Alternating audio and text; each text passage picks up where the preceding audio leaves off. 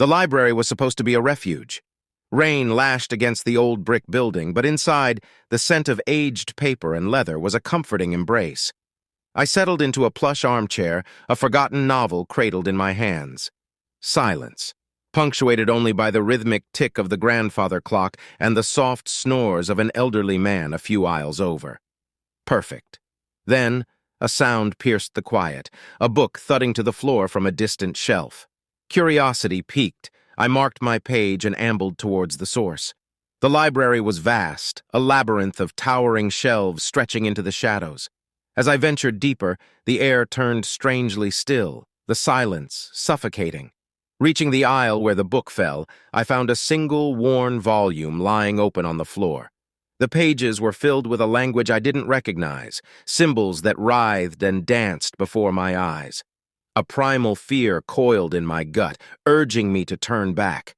But then another sound, a whisper, soft as a sigh, yet distinct. It seemed to come from the book itself. Leaning closer, I strained to hear, "Don't leave!"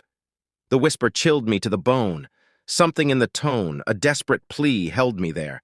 Ignoring my instincts, I reached out a hand to pick up the book. A searing pain ripped through my fingertips. I recoiled, staring at my hand. Two deep gashes marred my skin, oozing a thick, inky black liquid. The book lay open, unmoving. Panic surged. I stumbled back, tripping over an unseen obstacle, crashing to the floor. A figure materialized from the shadows, tall and skeletal, its face obscured by a tattered hood. It spoke in the same language from the book, a guttural rasp that sent shivers down my spine. And then, it reached for me, a skeletal hand outstretched. I scrambled back, knocking over a shelf loaded with books.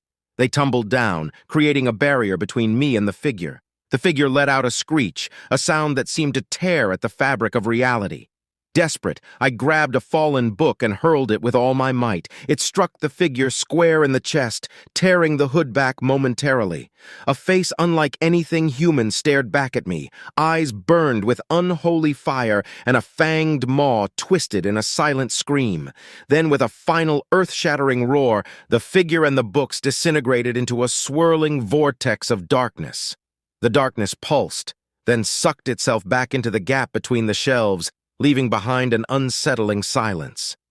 I stood there, gasping for breath, the book clutched tightly in my hand. My sanctuary was violated, the silence forever broken. The words echoed in my head, "Don't leave." A chilling realization dawned.